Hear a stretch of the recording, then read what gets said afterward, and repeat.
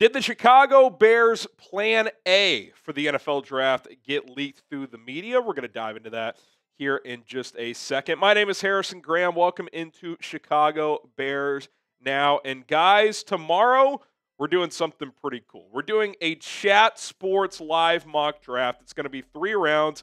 All of our big team channels, which I don't know the exact number, but about 15 or so, like Bears, Raiders, Cowboys, 49ers, Eagles, and several others.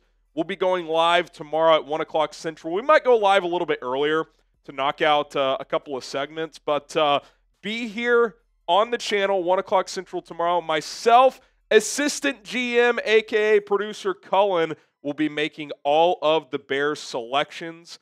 Should be a lot of fun, so be sure to subscribe and join us for that. And, of course, we'll shoot the shit with you guys like we always do on our live shows as well. So subscribe, turn on noties, set a reminder, 1 o'clock Central Time, Thursday. Could go live a little earlier, but be here by 1. Okay. Albert Breer, who does like the Breer Report on YouTube. He also obviously writes for Sports Illustrated, etc. He threw out a comment that I found pretty interesting. He kind of went through the top 10 picks and kind of made educated guesses on where he thinks each team will go. And he said the floor for Will Campbell, Mason Graham, and Ashton Jeanty is the Bears at number 10, with Jeanty as the most likely prospect to get there. So he said between those 3 guys, like, they're not getting past Chicago. They could go before Chicago, but if any of them are on the board at 10, that, to me, that's how I'm reading that. Like, if one of those 3 players gets to 10, that's an auto pick. Like, the Bears are going to turn in the card for that player. Now, if there's a scenario where multiple get there, who knows? But the way he's writing it is he says, basically, in his eyes, 1 at most will get there. And if they do, the Bears will draft that player. Now, again, he was kind of going through the top 10 picks, and he didn't straight up say just 1 player for every team, although he did for some, like Cam Ward, obviously, and a couple others. But in his latest quote-unquote mock, this is kind of the best way it played out. Now, for the Raiders, for example, he mentioned an offensive lineman or Ashton Jeanty. So, Armand Membou is who I put in there because when he got to 10 for the Bears, he put Ashton Jeanty or an offensive lineman or defensive lineman. So, kind of piecing together his educated guesses, etc. This is kind of how it all played out, which I'd be happy with, right? Because if Ashton Jeanty gets to number 10, I think that would be a home run for the Chicago Bears. I think Jalen Walker and a second quarterback going inside of the top 10 is the key. If both of those things happen, I think there's a great chance that the Bears get a player that they really, really want. And look, who knows? Maybe they really like Jalen Walker, but based on the names that we've heard the most, based on who I personally would like for them to get at number 10 overall, which is one of these 5 players, which, again, I don't think Mason Graham gets there. Certainly don't think several of these players get there. But if Jalen Walker and a second quarterback goes, I think there's a pretty good chance one of these 5 gets there because obviously Cam Ward will go as well. Maybe you get a second defensive player in there beyond Mason Graham to sneak in there, and you're in a good spot to get a Jeanty, a Campbell, a Tyler Warren, whatever the case may be. Okay, fill in the blank for us. The Bears will draft blank at number 10 overall. Let us know in the comments section down below. And I do just want to mention, too, before we get to our sponsor, Rocket Money, Albert Breer has reported a lot on the Bears and has been pretty accurate since Ryan Poles has been the GM. So I take that report pretty seriously when he talks about those 3 prospects. Okay, Rocket Money, the best personal finance app that's going to help you save money by canceling your unwanted subscriptions, monitoring your spending, and help lower your bills so you can grow your savings. When it comes to spending, sometimes it's out of sight, out of mind, right? You pick up that daily coffee, you do that fast food drive-through a couple nights a week, whatever the case may be. You're like, it doesn't cost that much. Well, all of a sudden your expenses can really, really add up. Another way expenses really pile up are just all the subscriptions out there, right? Like, this is a non-cable world, so we all have 15 streaming services, 4 online newspapers, video game premium services, whatever the case may be. And listen, a lot of them are worth it, but after a while, you're just spending too much money. And Rocket Money is going to outline just how much you're spending on subscriptions per month. Most Americans think that number is like 60, 75 bucks. The reality is you're probably closer to $300. Don't believe me? Get going at rocketmoney.com/bears now. Sign up, create an account, sync up your bank account, completely safe, and it's going to make it really easy for you to kind of realize what you're spending on a monthly and annual basis. And if you want to scale back on your spending, they're going to help you do that. You can lower your bills by up to 20% in some cases with Rocket Money. They're just a really, really user-friendly personal finance app. I've been using it for a while. Rocket Money has over 5 million users and has saved a total of $500 million in canceled subscriptions, including saving members up to $740 per year when you use all the app's premium features. So cancel your unwanted subscriptions today. Reach your financial goals faster with Rocket Money at rocketmoney.com/bears now. That is rocketmoney.com/bears now.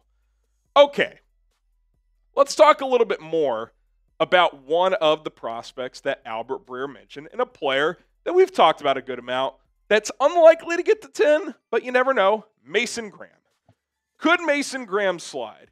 Because I would say a pretty consensus and consistent theme, I'll call it over the last month and a half, I'd say out of every 10 mock drafts you see out there, 8, 9 of them have Mason Graham going to Jacksonville at 5.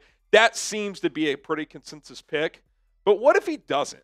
What if it's like, is it too obvious? Like, I feel like this happens with a few guys each year. Then we get to the draft, and it's like, yeah, they weren't even interested in that player, or he wasn't their only guy they were considering. Well, Dane Brugler, who put out his 7-round mock draft today, which we'll probably react to. We'll do a Bears 7-round mock draft reaction from Dane Brugler. Subscribe, stay tuned. He actually has the Jags taking Ashton Jeanty at number 5, which would kind of suck because we'd all love Ashton Jeanty. And he has Mason Graham falling to the Raiders at 6. So I had a couple of thoughts. Well, one, if he slides outside the top 5, I'm pretty interested. I'm getting on the phone. I'm at least seeing what a trade would cost. And 2, if he falls past 5, I actually wonder if he could fall past 6, because when I look at the Raiders, they're getting Christian Wilkins back. That defensive tackle group is actually pretty solid. Now, teams always want as many premium trenches players as possible, and adding Mason Graham would certainly not be a bad pick at all for the Raiders, especially at number 6, considering most believe he's a top 4 or 5 player in this draft. But what if he does slide? What if the Raiders trade out? What if they take someone else like Armand Membou with that pick? So I do think there's a world where they wouldn't take him, and I definitely think there's a world where they would consider trading down in this spot, especially if you buy the rumors that they're looking to add a corner after trading Jack Jones. So that is the question. Is Mason Graham worth a trade up for if he gets past 5? Because I think if you trade up to 4 or 5, it's just going to cost a lot, and I don't know if he's worth it. Like Abdul Carter might be. I'm not sure Mason Graham is, but if he gets to 6 or even 7, you may not have to trade as much in a buyer's market, which is what most people think this draft will be, a buyer's market, because there aren't as many of the premium high-level players in this draft, especially at the quarterback position. Okay, so here's a trade idea. Number 6 overall to the Bears, number 68 overall, so a first and a third. Raiders slide back 4 spots to 10, pick up 41. If you look at the draft chart, the points pretty much add up here. If you want to give them 39 or 41, I don't think it's that huge of a difference. I certainly, that wouldn't be the difference in me pulling the trigger on this or not.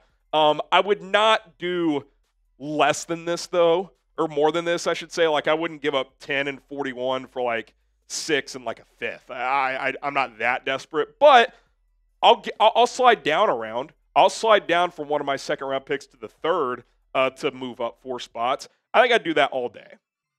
I'd do it for Mason Graham. I might even do it for Jeanty or Will Campbell, depending on how I feel about Will Campbell, if he's a left tackle or not. I think he can be. Do the Raiders? I'm not so sure.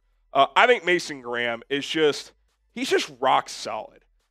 Does he look like the most imposing athlete? No. Does he have the longest arms? No. But, he just knows how to play. And I think the PFF grades kind of outline that. Really good run stopper. Good pass rusher. Pass rush win rate for an interior guy, well above average. Run stop rate off the charts at 12%, far right on the line graphic among his peers. Like, he's very, very good. He's technically sound. He's got good pad level. Quickness, I think, is the name of his game, but he's got plenty of power as well. And while there's a lot of, I would say, bodies at defensive tackle for the Bears, is there that long-term dude, right? Do the Bears have a long-term dude? I think Grady Jarrett's a short-term dude, especially just in that locker room, setting the tone. I don't know if Javon Dexter's that. Could he be? Maybe. I don't know. Andrew Billings, good, solid rotation vet. I don't know if he's a long-term piece. Like, Dio Adengbo's going to kick in some. Zach Pickens has been a disappointment. Mason Graham gives you a chance to be a long-term dude as an interior disruptor, both against the pass and especially against the run. I think if you add a guy like this, not only does he have the ceiling to be that top guy for you, but your rotation of Mason Graham, Grady Jarrett, Billings, Dexter, those four alone, and then if you want to add a Chris Williams or a Jonathan Ford to the mix, depending on how many make the roster, you're feeling pretty good about that. Like, that's a pretty stout defensive tackle group.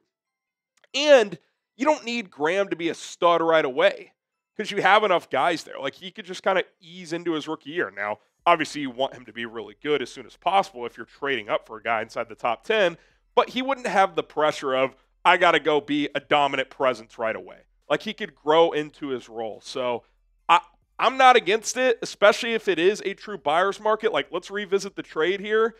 If I'm only sliding back one round and I get Mason Graham, man, like, I'm really thinking about that. And the Raiders, they could come back and get Will Johnson at 10 because they've been linked to him after getting rid of Jack Jones. So would you guys do this trade? Type Y for yes, type in for no.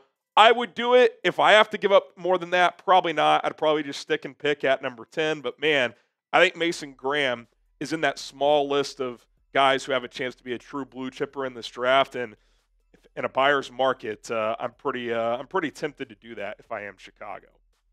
All right, a little under the weather here, battling the elements, if you will. That's how it goes in Chicago. That's what we do. Subscribe. We'll battle through tomorrow. The Chat Sports Live mock draft. Myself, producer Cullen. We're making the picks for the Bears. You guys can help us out as well. Chime in on our picks, and it'll be a fun time. 1 o'clock Central Time tomorrow. Be sure to join us. We might have an episode up earlier in the morning, so stay tuned for that. My name is Harrison Graham. Bear down.